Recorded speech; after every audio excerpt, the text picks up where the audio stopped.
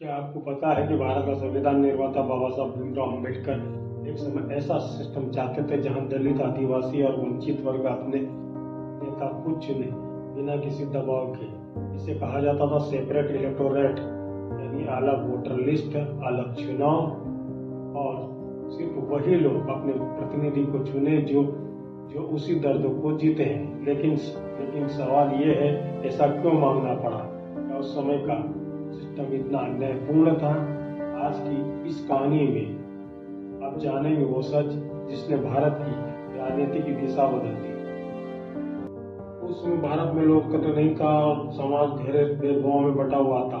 दलितों को मंदिर में जाने की इजाजत नहीं, कुओं से पानी लेने की इजाजत नहीं, समाज में सम्मान की तो दूर की बात थी। ऐसे में बाबा साहब का सवाल था कि क्या जब समाज बराबरी नहीं देता तो क्या राजनीति बराबरी देगी? अगर चुनाव सामान्य तरीके से होते हैं तो वही लोग जीतते हैं जिनके पास संख्या और ताकत भी है। और जो नेता चुन जीत कर आते हैं वो दलितों के मुद्दे क्यों उठाते हैं? इसी सोच के साथ बाबा साहब ने कहा कि हमें अपना प्रतिनिधि खुद चुनने का अधिकार चाहिए।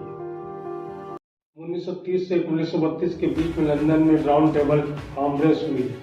यहीं पर बाबा साहब ने ब्रिटिश सरकार के सामने सेपरेट इलेक्टोरेट की मांग रखी और 1932 में कम्युनल अवार्ड घोषित हुआ, जिसमें दलितों को अलग निर्वाचन का अधिकार मिल गया। यानी पहली बार वंचित वर्ग अपनी राजनीतिक ताकत मिलने वाली थी। लेकिन यहीं से शुरू हुआ भारत का सबसे बड़ा राजनीतिक टकराव। महात्मा गांधी ने सेपरेट इलेक्टोरेट का कड़ा विरोध किया और उनका कहना था कि इससे हिंदू समाज टूट जाएगा और विरोध में उन्होंने केरला जेल में आमरण अनशन शुरू कर दिया। देश में तनाव दबाव बढ़ा और आखिरकार समझौता जिसे पूना पैक्ट कहा जाता है। इस समझौते में सेपरेट इलेक्टोरेट खत्म हो गया, लेकिन दलितों के लिए 80 सीटें बढ़ा दी गई। यानी उम्मीदवार जो दलित होंगे लेकिन वोट सभी लोग देंगे।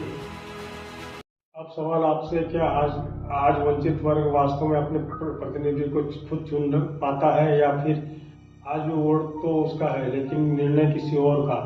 क्या बाबा साहब अम्बेडकर का सपना था कि राजनीतिक शक्ति वंचितों के हाथ में हो, लेकिन क्या वो सपना आज भी अधूरा है? सोचिए, अगर सेपरेट इलेक्टोरेट लागू होता तो आज भारत की राजनीति कितनी अलग होती। सवाल आपके लिए छोड़ता हूँ।